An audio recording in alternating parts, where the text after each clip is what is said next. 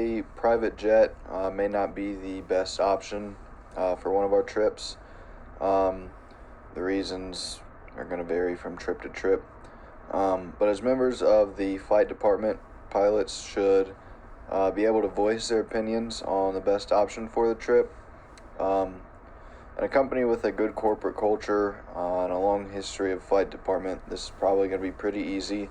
But for a newer department or department with a new chief pilot, this may be a little bit more difficult just because the principal may be accustomed to just using the private jet.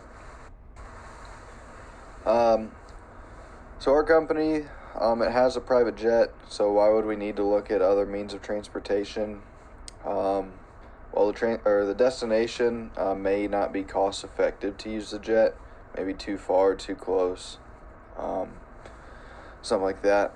And then the duration of an employee's stay may quickly rack up the bill, because whenever you go to another airport or airfield, you're going to be looking at hangar fees and then pilot salary, per diem, and then other expenses as well.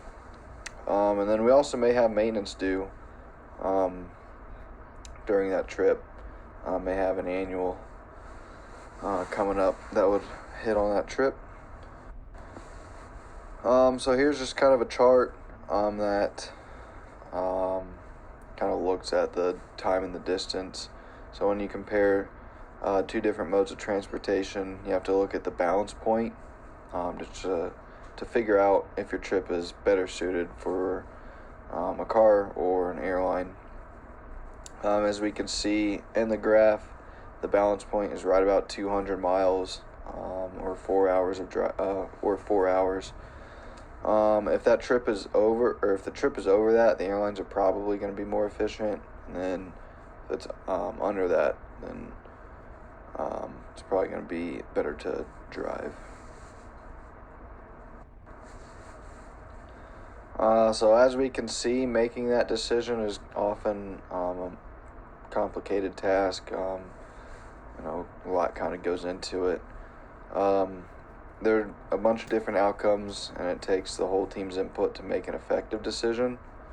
We all know driving is likely going to be the least comfortable, but may make sense if there's, different cargo you got to bring for presentations and stuff like that, or more passengers. This provides the second highest level of freedom in the three options between private jet, car, and an airline. The airlines are probably going to be a little bit more comfortable than driving, but with the airlines, you're at their mercy for schedules, baggage constraints, security, stuff like that. Obviously, private jet is going to be it's going to give you the most freedom and flexibility, but you have to take into the other considerations with that as well.